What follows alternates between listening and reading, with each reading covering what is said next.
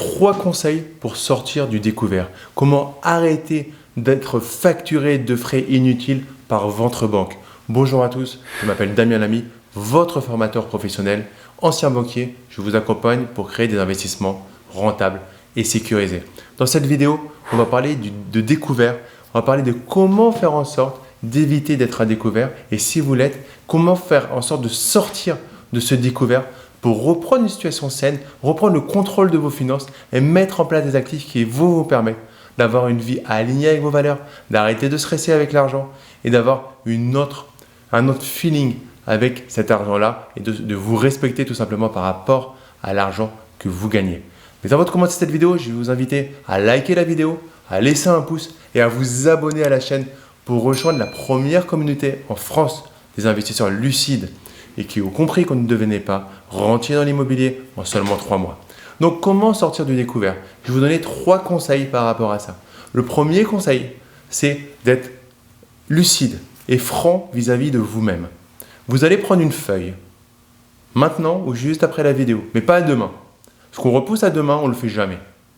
Donc, vous allez prendre une feuille et vous allez noter votre état des lieux, mental, psychique et financier. Et pourquoi? Quelle est, selon vous, la photo aujourd'hui qui fait que vous êtes à découvert tous les mois? Peut-être le 10, peut-être le 15, peut-être le 5. Mais tous les mois, vous êtes à découvert et vous stressez par rapport à ça. Du coup, vous avez une relation qui n'est pas bonne vis-à-vis de l'argent. C'est une relation perverse au niveau de l'argent. Et au final, ça devient un tabou.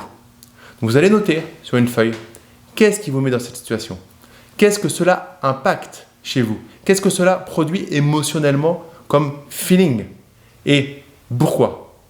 Pourquoi ce mois-ci, y a-t-il eu des dépenses significatives? Ou si ce n'est pas ce mois-ci, c'est le mois d'avant. Si ce n'est pas le mois d'avant, c'est le mois encore d'avant. Mais qu'est-ce qui fait qu'à un moment, vous avez été plongé dans un découvert que vous n'arrivez pas à résorber? Qu'est-ce qui fait que le trou s'est enfoncé sans faire exprès? Vous êtes arrivé dans ce trou-là et vous n'arrivez plus à remonter. Il y a eu des actions. Quelles sont-elles? Il faut les identifier. Donc la première chose à faire, c'est sur cette feuille-là, quel est votre état psychique par rapport à ça? Et quelles sont les actions qui ont amené à cette situation de découvert? Le deuxième point, c'est de lister l'ensemble de vos frais fixes. L'ensemble des frais fixes que vous avez tous les mois.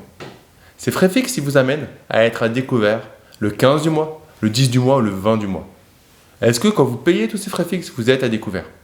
Ou est-ce que vous restez au même découvert que celui que vous avez, comme on a vu dans la première action, eu à cause d'un élément qui est arrivé une fois? Du coup, vous êtes tous les mois à 500 €, vous n'êtes pas 500 €, 550, 600, et vous creusez votre découvert.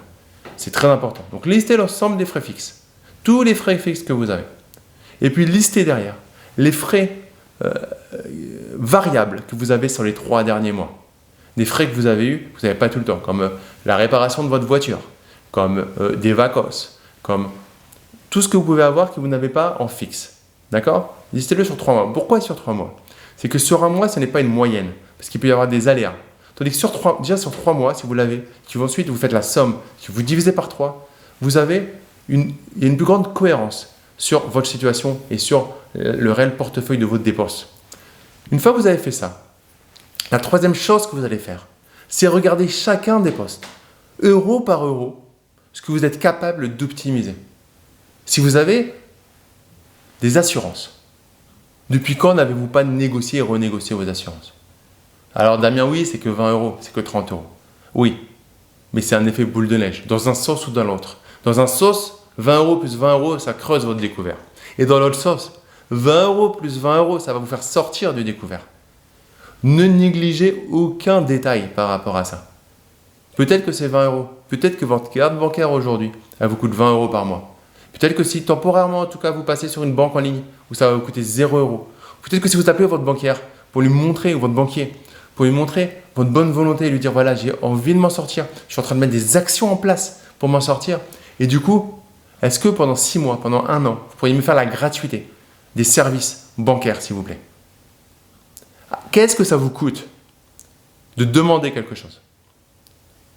De l'argumenter. Peut-être un oui, et ça sera bien. Peut-être un non, et tant pis, vous continuez. Mais allez-y, poste après poste, ligne après ligne, comment vous pouvez l'optimiser? Mettez en place des cashbacks. C'est quoi des cashbacks? C'est que vous allez dépenser de l'argent. Il y a une partie de cet argent que vous allez récupérer. Regardez comment vous pouvez récupérer. Sur certaines dépenses, vous allez pouvoir récupérer 5%, 7%. C'est très important. Moi-même, je le fais sur certaines de mes dépenses, alors que je ne suis pas obligé. Mais après, c'est intéressant. Pourquoi ne pas récupérer? C'est un cercle vertueux que de récupérer une partie de l'argent que vous avez dépensé. Donc, mettez en place tout ça. Tracez. Notez ce que vous pouvez récupérer. À la fin du mois, peut-être que ça fera 120 €. Mais à la fin de l'année, 120 €, c'est 1500, pratiquement 1500 €, 1300 €. Mettez ça en place au fur et à mesure. Et vous allez rectifier la tendance. En fait, le plus important, c'est de montrer à votre esprit que vous êtes capable de vous en sortir de ce découvert. Passez de 500 € de découvert par mois à 300 € de découvert par mois. Vous serez toujours à découvert. Mais votre esprit, vous aurez commencé à le discipliner, à lui montrer que vous êtes capable de sortir de ça. Si ça fait 1 an, 2 ans, 3 ans que vous avez 500 € de découvert, si au fur et à mesure vous passez à 450, puis 425 et 395, 320, vous sortez de là. C'est-à-dire que vous êtes en train de remettre plus d'argent. Vous êtes en train de sortir de ça. Et ça, votre esprit, il va vous remercier. Vous allez diminuer en charge mentale et pouvoir mettre en place des choses.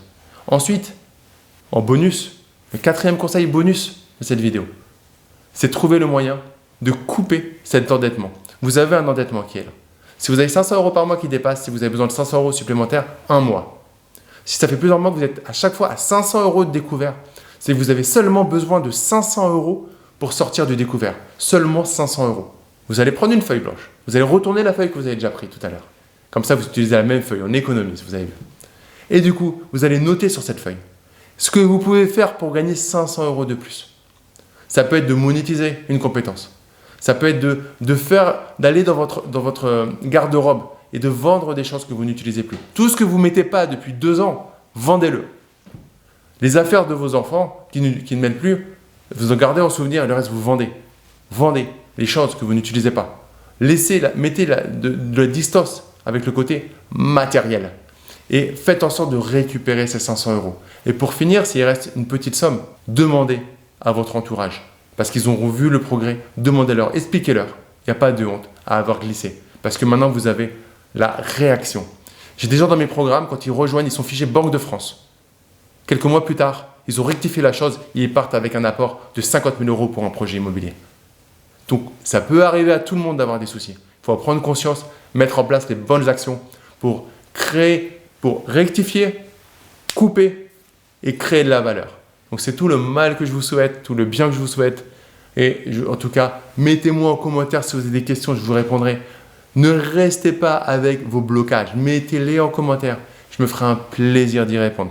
Si vous voulez que je vous accompagne pour rectifier tout ça, vous avez le lien dans la description pour prendre un rendez-vous avec moi ou quelqu'un de mon équipe et on verra comment on peut vous accompagner au mieux pour sortir de tout ça le plus rapidement possible et avoir une vie qui est alignée avec vos valeurs, faire ce que vous avez, retrouver une certaine fierté dans ce que vous allez mettre en place. La dernière chose que je vous demande dans cette vidéo, c'est de laisser un like, un pouce bleu et de vous abonner à la chaîne pour rejoindre une communauté de plusieurs milliers d'investisseurs. Je vous dis à très vite pour une prochaine vidéo. Ciao!